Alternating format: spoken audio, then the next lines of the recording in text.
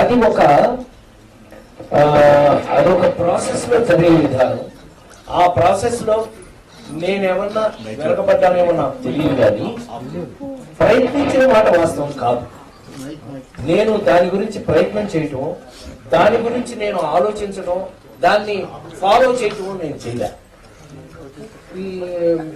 నువ్వే అన్నా ఒకసారి గుర్తుందని తీసుకోదలుచుకుంటే పివి నరసింహారావు గారు పివి నరసింహారావు గారు ప్రైమ్ మినిస్టర్ గా ఉండగా మీరు అడిగితే ఏమివ్వరు మీకు అనే మాట నువ్వు అన్న సత్తాగా ఓ మాట ఒకసారి. నిజమే, నా బేసిక్ క్యారెక్టరే ఇప్పుడు ఇవాళ చెప్తున్నా మీ అందరూ, నా ఫ్యామిలీ మెంబర్స్ కాబట్టి మీకు ముందు చెప్తున్నా, వారు కూడా తెలుసుకోవచ్చు, తప్పేం లేదు.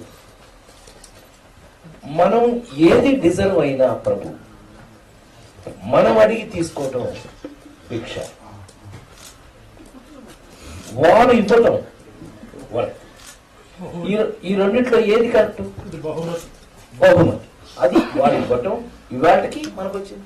థ్యాంక్ యూ స్వామి, ఇవాళకి నేను అర్హుడిని కాబట్టి నాకు ఇచ్చారని నేను సవినయంగా తీసుకుంటూ, ప్రభు నో హార్ట్ ఫీలింగ్స్, నథింగ్. ఇవాళకైనా మనకు వచ్చినందుకు నీ బట్టి వాళ్ళు ఎంత సంతోషపడుతున్నారు నాకు తెలుసు.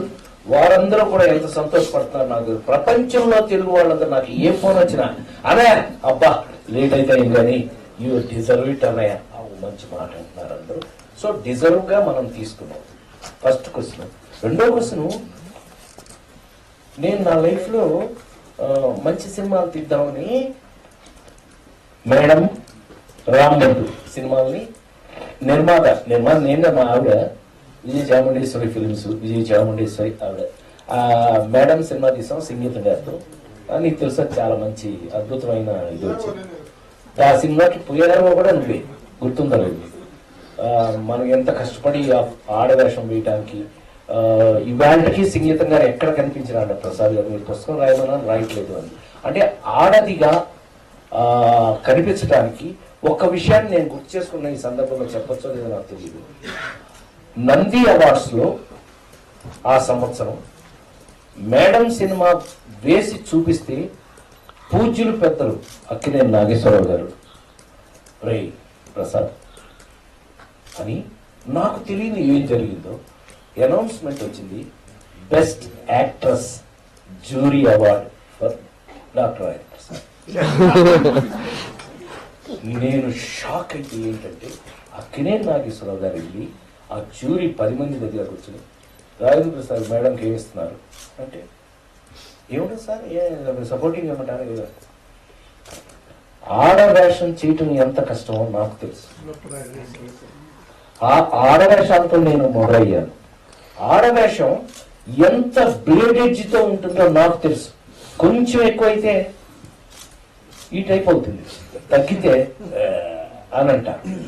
ప్రసాద్ దాన్ని ఎంత ఎగ్జాక్ట్, ఎక్కడ ఎబ్బెట్ లేకుండా పర్ఫెక్ట్గా చేశారు.